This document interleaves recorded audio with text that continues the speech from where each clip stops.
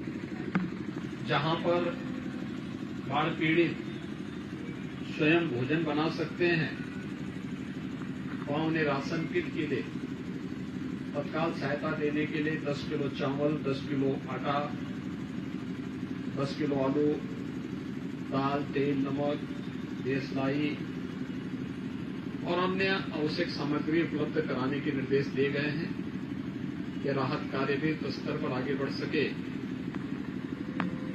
इसके लिए आवागमन को तीव्र करने, स्टीमर नौकाओं की व्यवस्था करने, ये सभी कार्य युद्ध स्तर पर आगे बढ़ाए जा रहे हैं। जहां पर आवागमन अभी व्यवस्थित नहीं हो पाया है और राहत शिविरों में बाढ़ पीड़ितों को रहने के लिए मजबूर रहना पड़ रहा है, वहां पर उन लोगों को भोजन पैकेट पर्याप्त मात्रा में उपलब्ध कराने के भी निर्देश दिए गए हैं। प्रदेश के अंदर बलरामपुर, श्रावस्ती, बहराइच, सिद्धार्थनगर, संतकबीरनगर, बस्ती, गोरखपुर समेत लगभग 15 जनपद वर्तमान में इससे प्रभावित है और आज मैं प्रातःकाल से ही अयोध्या, गोंडा, बलरामपुर, श्रावस्ती, बहराइच इन सभी का दौरा कर रहा हूं। कल जल शक्ति मंत्री को ही मैंने इन क्षेत्रों का दौरा करने के लिए भेजा था। बाढ़ राहत कार्य युद्ध स्तर पर आगे बढ़ सके, यही सब निरीक्षण परीक्षण करने के लिए मैं आया हूं। सभी जनप्रतिनिधि इन क्षेत्रों में काम कर रहे हैं। पहले से स्पष्ट निर्देश दिए गए हैं कि कहीं जनहानि होती है तो जनहानि पर तत्काल संबंधित प्रभावित परिवार को 4 लाख रुपए की सहायता, बाढ़ अथवा किसी आपदा में अंग भंग होने पर भी अन्य सहायता तत्काल उन्हें उपलब्ध करवाने, जिनके आवास पूरी तरह नदी में विलीन हो गए हैं, बाढ़ की चपेट में आ गए हैं, उन्हें मुख्यमंत्री आवास योजना में एक आवास उपलब्ध करवाने, जिनके आवास आंशिक क्षतिग्रस्त हुए हैं उन्हें भी आर्थिक सहायता उपलब्ध करवाने के निर्देश दिए गए हैं।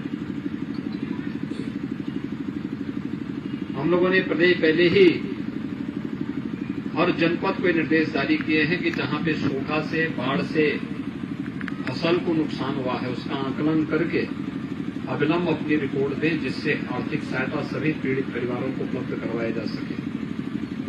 इस बार सूखा से भी और बाढ़ से भी भारी पैमाने पर अन्नदाता किसानों को नुकसान हुआ है और सरकार उनके साथ में पीड़ा के समय में है। अपनी इसी पीड़ा को उनकी संवेदना के साथ जोड़ने के लिए आज मैं यहां पर स्वयं आया हूं। राहत कार्य को तेज करने के लिए प्रशासन को निर्देश दिए जा रहे हैं। सभी जनप्रतिनिधि भी राहत और बचाव कार्य के साथ पहली प्राथमिकता रखें कि हर परिवार तक सूखा राहत भी उपलब्ध हो जाए, जिसमें आटा है, चावल है, दाल, तेल, नमक, मिर्च मसाले, कंबल, प्लास्टिक या फिर आलू है, लाई चना है, ये सभी चीज उपलब्ध करवाने के निर्देश दिए गए हैं, जिससे कहीं भी कोई ऐसी स्थिति न हो। पशुओं के लिए चारा के साथ ही इस समय सांप के काटने और कुत्तों के काटने या जंगली जानवरों के भी हमले की शिकायतें आती हैं। हर स्वास्थ्य केंद्र में एंटी स्नेक वेनम और एंटी रेबीज के इंजेक्शन उपलब्ध करवाने के भी निर्देश दिए गए हैं और हर जरूरतमंद को ये सहायता वहां उपलब्ध हो सके, इसके बारे में युद्ध स्तर पर कार्रवाई चल रही है।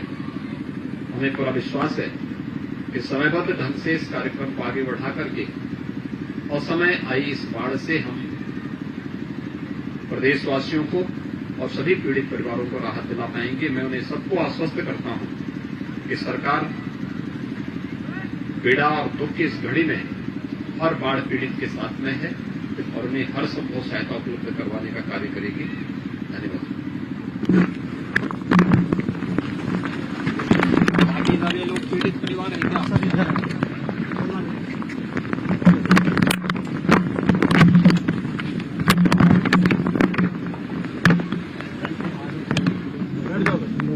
बैठ जाइए। सबको मिल गया है।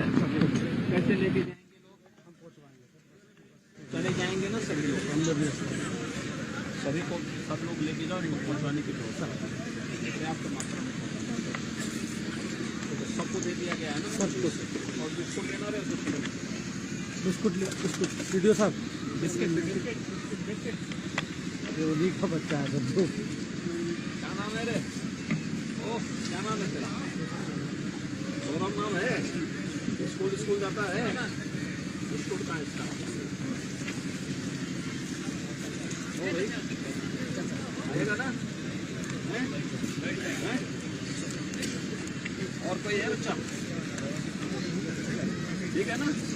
ये उन्हीं का भाई है सब लोग, सभी लोगों को सब किट भी आए थे। सभी को उपलब्ध करवाओ, सामग्री सबको उपलब्ध हो जाना चाहिए। ये लोकल जनप्रतिनिधि सब लोग लगोगे, सब लोग लग करके ठीक है ना? इनको छुड़वाने की व्यवस्था करो।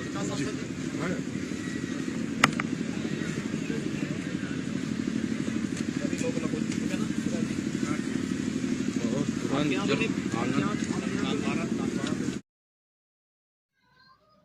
Thanks for watching N Bharat channel.